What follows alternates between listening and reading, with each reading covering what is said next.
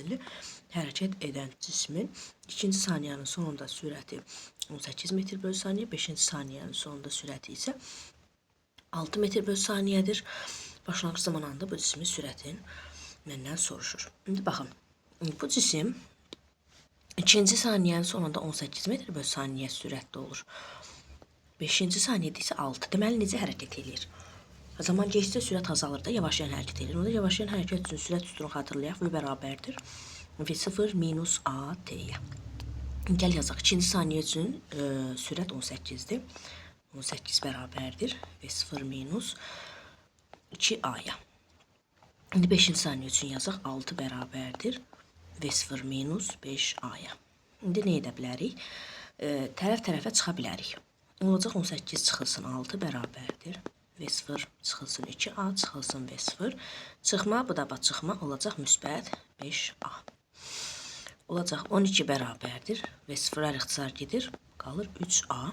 A-nı da buradan tapırıq neçə eləyir? 4 metr bölü saniyə kvadratı. Bu iki tənlikdən hər hansında birinə yazıb V0 tapa bilərik. Yəni, elə baxın bu ikinci tənlikdə yazaq. 6 bərabərdir. V0 çıxılsın. 5 vurulsun 4, yəni 20. Buradan V0 tapırıq neçə edir? 26 metr bölü saniyə edir. Cavab olur D variantı. İki cisim radiusu 30 metr olan çeviri üzrə bərabər sürətlə hərəkət edir. Birinci cisim 10 metr bölü saniyə sürətlə K nöqtəsindən keçən anda ikinci cisim 6 metr bölü saniyə sürətlə M nöqtəsindən keçir. Nə zaman görüşürlər? Görüş zamanının düsturunu xatırlayaq. T nəyə bərabərdir? S bölünsün V nisbi. Deməli, S nədir? Onlar arasındakı məsafədir. Baxın, K buradadır, M buradadır. Aralarında baxın 120 dərəcə var da. Baxın, indi bu 120 dərəcənin neçəyə bərabər olduğunu necə taparıq? Baxın, 360 dərəcə tam çevrənin uzunluğudur da, yəni 2 pi-dir. Bunu gəlin ellə işarə eləyək. Bəs onda 120 dərəcə nəyə bərabər olacaq? X-ə. Tənansüblə tapsaq, olacaq L bölünsün 3. Bu elin yanına 2 pi-yer yazırıq. Onda tapırıq ki, həmin bax bu 120 dərəcə neçəyə gəlir? 2 pi-yer bölünsün 3-ə. Gəl qoyaq yerinə. 2 pi-yer bölünsün 3. Nisbini də necə tapırsan? Sürətlər eyni istiqamətdə olduğundan çıxılır. Yəni ondan çıxırıq 6 nə olur? 4. Yazaq. 2 vurulsun 3 vurulsun 30. 3 vurulsun 4. Bu 3'lər getdi. 2 ilə 4 getdi. Burada qaldı 2. 30'u da 2'yə böləndə cavab eləyəcək 15 saniyə. E variantı. Çeviri üzrə bərabər sürətlə hərəkət edən K və L cisimlərinin xətti sürətləri eynidir. Bu cisimlərin bucaq sürətləri. İndi bax, sürətlər eynidirsə, məndən bucaq sürətləri soruşur da, bax. Ancaq bucaq sürətinə olan düsturu yazmalıyam. Omega vurulsun R-ə. Bax, sürətlər hər ikisi üçün eynidirsə, onda omega ilə R tərs asılı olacaq. Onda yazırıq tərs mütənasib asılığı. Omega K bölünsün omega L bərabərdir. L-R bölünsün R K-ya. İndi bax, K cisminin bucaq sürətini verib 15'dir. Omega L bərabərdir. RL nə qədərdir? R-dir. RK-da 3R-dir. İxtisarları aparıram. Onda buradan omega L-i tapıram. Nə qədər eləyir? 45 radian bölünsün saniyə edəcək. Bir cismə bir düz xətt boyunca yönələn modulları 5 Newton, 6 Newton, 9 Newton 3 qüvvə tətbiq olunmuşdur. Əvəzləyicisinin ən kiçik qiyməti məndən soruşur. İndi baxın, ən kiçiyi tapmaq üçün həmişə, məsələn, gəlin 5-lə 6-nı, bu kiçikləri bir istiqamətdə yönəldik. Bir 5 Newton, bir 6 Newton. Bir düz xətt boyunca ən böyüyüsü onların əksi istiqamətdə yönəldik. Deməli 5, 6, bunlar toplanacaq, olacaq 11, digəri isə bu da 9. Onda əvəzləyici bax bu istiqamətdə 2 Newton olacaq. Cavab olur C variantı. 8 kiloqram kütləsi müəyyən hündürlükdən sərbəst düşür. Sərbəst düşürsə çəki və ağırlıq. Ağırlıq onsuz da həmişə MJ-dir. Yəni olacaq 80 Newton. Amma çəki askı dayaq yoxdur, havada sərbəst düşür. Onda çəki olacaq 0. Cavab B variantıdır. Deməli, cisim yer səthindən V0 sürətlə aşağı yuxarı atılmışdır. Bu cisim yer səthindən 4 V0 sürətlə yuxarı atıldıqda uçuş müddəti. Baxın, uçuş müddətinin düsturu nədir? 2 V0 bölünsün J-yə. İndi gəlin buna bir T1 yazaq. 2 V0 böl J-ni bir T ilə işarə eləyək. İndi məndən ikinci 4 V0 sürətini atanda deyir nə olacaq? Yazırıq 2 vurulsun sürət 4 V0 bölünsün J-yə. 2 V0 böl J T-dirsə, onda bu olacaq 4T. Bax, T-dən 4T-yə gəlibsə nə olub? 4 dəfə artıb da. Yay sıxılıb. İndi məndən sükunət sürtünmə qüvvəsini soruşur və deyir ki, bir də səth üzərində sükunətdədir. Deməli, əvəzləyici 0 olacaq. Sıxılıbsa, bax bu istiqamətdə elastik qüvvəsi yaranır. Elastik qüvvənin əksi istiqamətdə də nə yaranır? Sürtünmə qüvvəsi yaranır. Sürtünmə olacaq C variantı. İndi məndən F sürtünmə və N-i verir, mülləri soruşur. Bax, F sürtünmə nəyə bərabərdir? Mü N-ə. Münü tapanda nə edirik? F sürtünməni N-ə bölürük. İndi baxaq, bax bu 1-dir. Bunlar 2-dir. Nə edirsə, aralarındakı bucağa baxırsan. Bax, birin bucağı N-lə əməl etdiyi bucaq budur. 2 ilə 3 isə budur. Hansı böyükdür? 1 böyükdür. 1 böyük olduğuna görə orada M1 də böyük olacaq. M2 ilə M3 isə bir düz xətt üzərindədir, görürsünüz. Və bucaqları eynidir deyə olacaq bu şəkildə. Cavab olur Y variantı. Elastiki deformasiya edilmiş yayın sərtliyinin omuzlarına təsir edən qüvvənin qiymətindən asılı deyil. K həndəsi ölçərdən K-nın düstur var idi. S-Y bölünsün L0. Sahə və uzunluqdan asılıdır da. Yəni bərabərdir KX ifadəsində heç nədən asılı deyildir. Yəni F-dən də X-dən asılı deyildir. 30 Newton dartı qüvvəsinin təsiri altında düz xətli hərəkət edən 10 kg kütləli cismin sürətinin modulunun zamandan asılı qrafiki verilmişdir. Sürtünmə qüvvəsinin modulu məndən soruşur. Baxın, necə hərəkətdir? Qrafikdən baxırsan ki, yavaşlayan hərəkətdir də, düzdürmü ki? Buradan tez təcil tapaq. Biz moduldan işləyəcəyik. Çünki arada modulu bizdən soruşur. Modulda tapaq.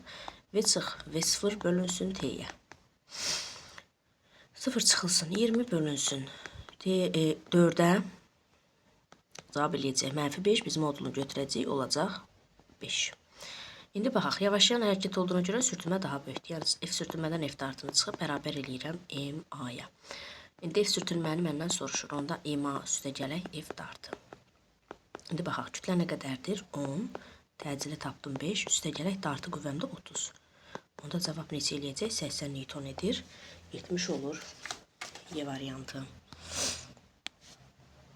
8 yaydan asılmış 4 kg kütləli cisim şaqili aşağı istiqamətdə yönəlmiş 10 Newton qüvvə ilə dartılır. Tarazlıq halında yayda yaranan elastiklik qüvvəsi. Baxın, aşağıya doğru bir F var, bir də cismin özünün ağırlığı var da mg.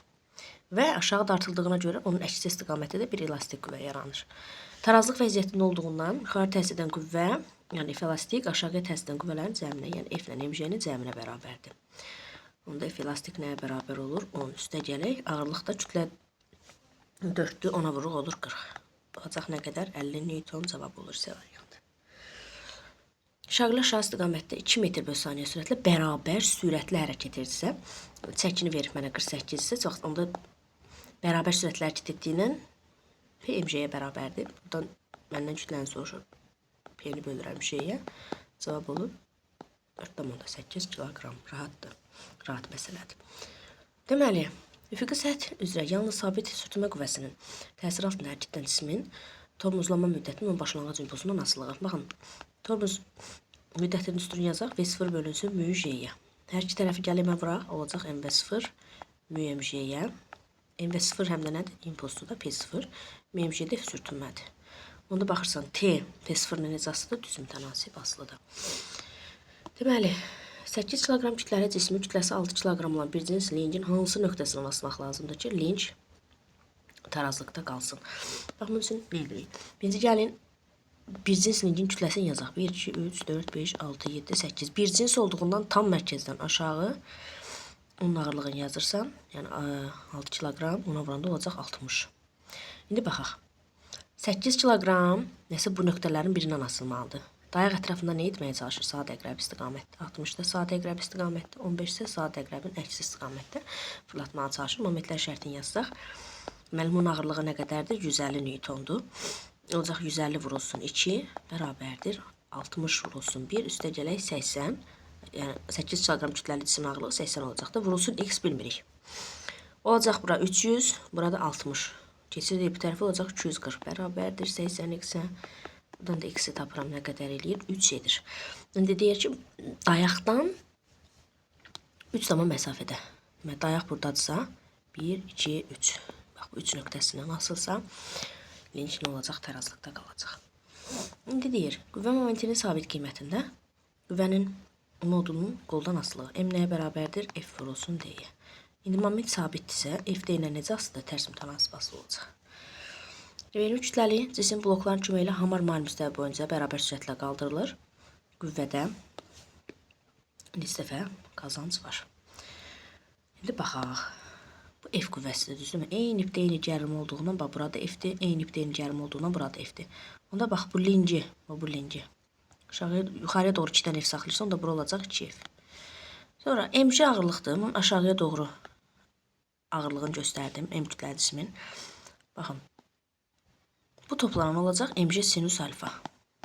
Bura alfadırsa, düzdürmü? Onda burada alfadır. Onda bu kosinus olacaq. Bax, bu kosinus toplananıdır. Bu sinus toplananıdır. İndi baxaq. Deyir ki, bərabər sürətlə qaldırılır. Onda 2F nəyə bərabərdir? MC sinus alfaya. Gətir sinus alfanı tapaq. Sinus alfada nəyə bərabərdir? Bu can qarşısında 2 qat edin. Yəni 3-ün 15-ə, hipotenuza nisbəti də 15-ə. Olacaq 5-də 1. Gətirək qoyaq yerinə. 2F bərabərdir. MC bölünsün 5 olacaq da. Bu da olacaq 10F bərabərdir MC-yə. MC bölünsün F mənə nəyi verir onda? 10'u verir. Yəni 10 dəfə nə olur? Qazanc verəcək. O nöqtəsinə nəzərən F qüvvəsinin qolu. Baxın, qüvvəni uzadıram. O nöqtəsindən perpendikulyar indirirəm. Bax, bu olsa mənim nəyim olacaq? Qüvvəmin qolu. Kütləsi 10 kiloqram olan cisim bloklar sistemi vasitəsilə 2 metr bölü saniyə təcillə qaldırılır. İpin sərbəst uzun F qüvvəsinin qiyməti təsir edən F qüvvəsinin qiyməti. Bax, bura F-dirsə, eyni ipdən eyni gəlmə. Burada F olacaq, burada F olacaq. Onda bax, bura nə qədər düşür? Bura 2F düşür. Təcil 2F istiqaməti olduğundan 2F daha böyükdür. 2F-dən çıxıram, ağırlığın yazsaq 100 Newton. Çıxıram 100-ü, bərabər eləyirəm MA-ya. Verilənləri qoyaq yerinə. 2F çıxılsın 100 bərabərdir. 10 vurulsun 2, yəni 20. Onda buradan tapırıq. Neçə eləyəcək? Deməli, 60 Newton. Hansı cihazdan istifadə edərək kinetik enerjini təyin edə bilərik? Kinetik enerjində düsturlarını yazaq. MV kvadratı bölü 2. P kvadratı bölünsün 2M. Düzdürmü? PV bölü 2. İndi bax. Birinci düsturda kütlədir, tərəzi ilə ölçərəm, sürəti spidometrlə ölçür, kinetik enerjini taparam. Elə 1-2 var. B variantı olacaq. İndi deyək ki, Y potensial bölü X nədir? Y potensial enerjinin düsturlarını yazsaq, KX kvadrat bölünsün 2. F vurulsun X bölünsün 2. İşte digərini yazmağa ehtiyac yoxdur. Baxın. 2Y potensial bölünsün X. Və buradan 2Y potensial bölünsün X. Bu ikinci düsturda mənə nəyi verəcək? Elastiklik qüvvəsini verəcək. A variantı. Deməli, kinetik enerjinin onun impulsundan asılığı M-də sabitdir. Mən hansı düsturdan istifadə etməliyim? Kinetik enerjinin impulsundan kütləyə olan düsturun. Yəni P kvadratı bölünsün 2. Kütlə sabit olanda YKP ilə necə asılı olur? Kvadratik düz asılı olur. İndi baxaq, elə ver diaqramla. Vektorial cəmiyyət. İkisi də vektorial cəmiyyətdir. Sürət istiqamətdə yönələn impuls olur həmişə. Əvəzedici qüvvə istiqamətdə yönələn təcildir. Xətli bərabər sürətdə hərəkətdə 0 olan isə təcildir. Cavab olur Y variantı. İndi baxaq buna. Deməli, tarazlıq vəziyyətindən çıxarılmış cisim öz-özünə əvvəlki vəziyyətinə qayıdırsa, bu növ tarazlıq dayanıqlı tarazlıqdır. Tarazlıq vəziyyətindən çıxarılmış cisim öz-özünə əvvəlki vəziyyətinə qayıda bilmirsə, bu dayanıqsız tarazlıqdır. Deməli, fərqsiz tarazlıq halında olan cismin ixtiyari vəziyyətində ona təsir edən qüvvələrin əvəzdəçisi 0-a bərabərdir. Dayanıqlı tarazlıq halında cisim minimum potensial enerjiyə, dayanıqsız halda olanda isə maksimum potensial enerjiyə malik olur. Günəş ətrafında orta sürəti 30 km/saniyə olan yerin 5 dəqiqə ərzində getdiyi yol VT-dir. 30 vurulsun 5 dəqiqəndə gəl saniyəyə çevirək, 60-a vurmalıyıq olacaq 300. O da 9000 km eləyir. Uzanmayan çəkisi ipdən asılmış yüklər sabit təcillə hərəkət edir.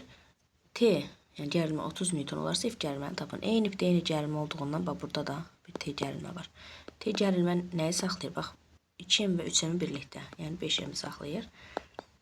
F qüvvəsini neçəni saxlayır? O da 3M saxlayır. M-lər ixtisar geçsin. T-nin dəyərini 30 yazaq. Onda deməli F tapanda nə edirik? 30 vurulsun 3, yəni 90 bölünsün 5-dən tapırıq ki, nə qədər eləyir? 18 Newton eləyir. Tarazlıq halındakı çəkisiz yaylardan asılmış cisimlərin kütlələri və yayların səktikləri uyğun olaraq M1 2 M2 K2 də K1-ə bərabər olarsa elastikli qüvvə və potensial enerji arasında münasibət. Və bu tarazlıq vəziyyətində qalırsam, aşağıya doğru bir M1 J'si var, bunun da aşağıya doğru bir M2 J'si var. Onda yazıram K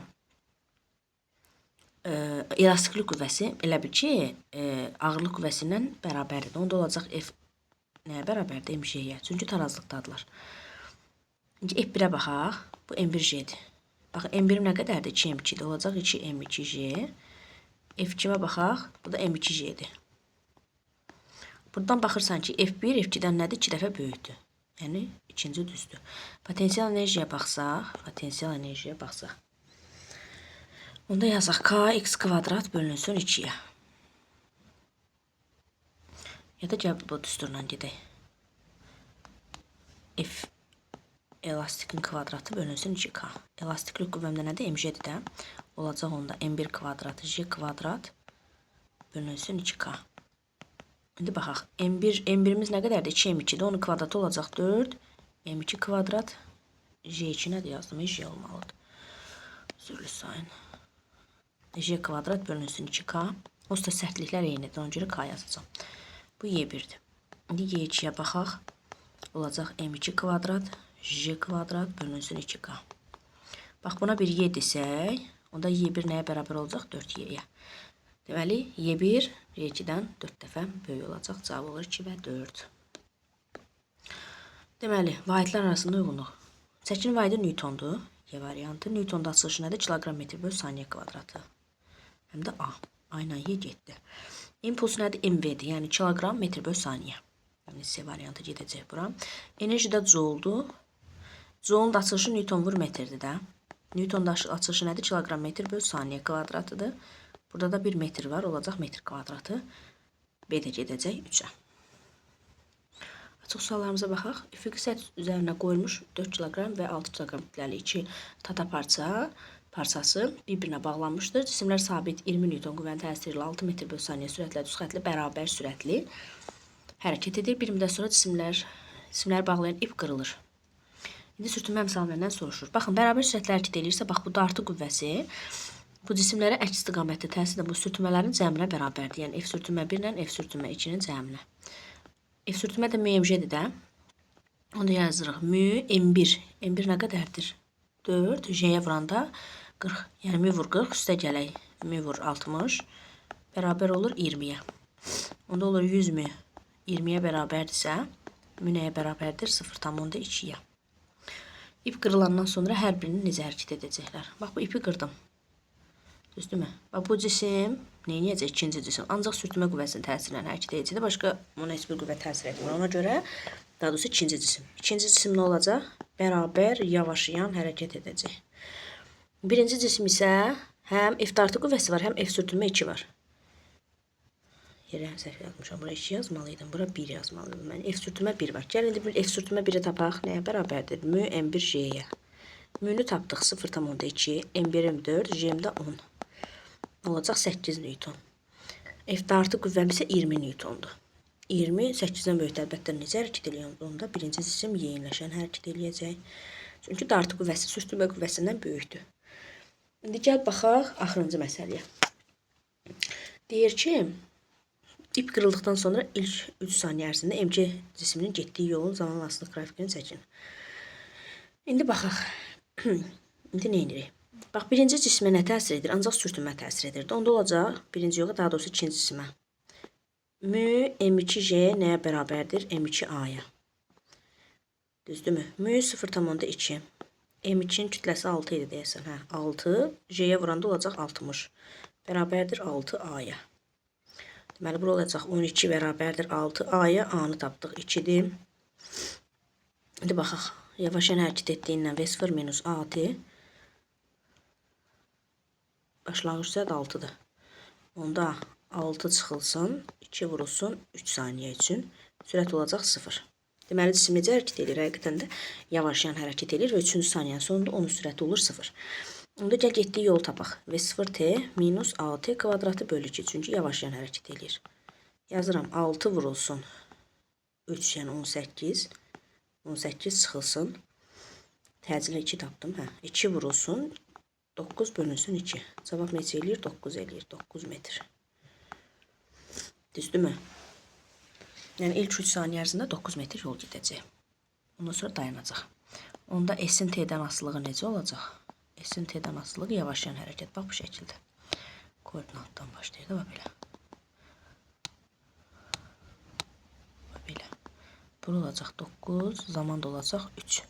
Bax bu şəkildə olacaq.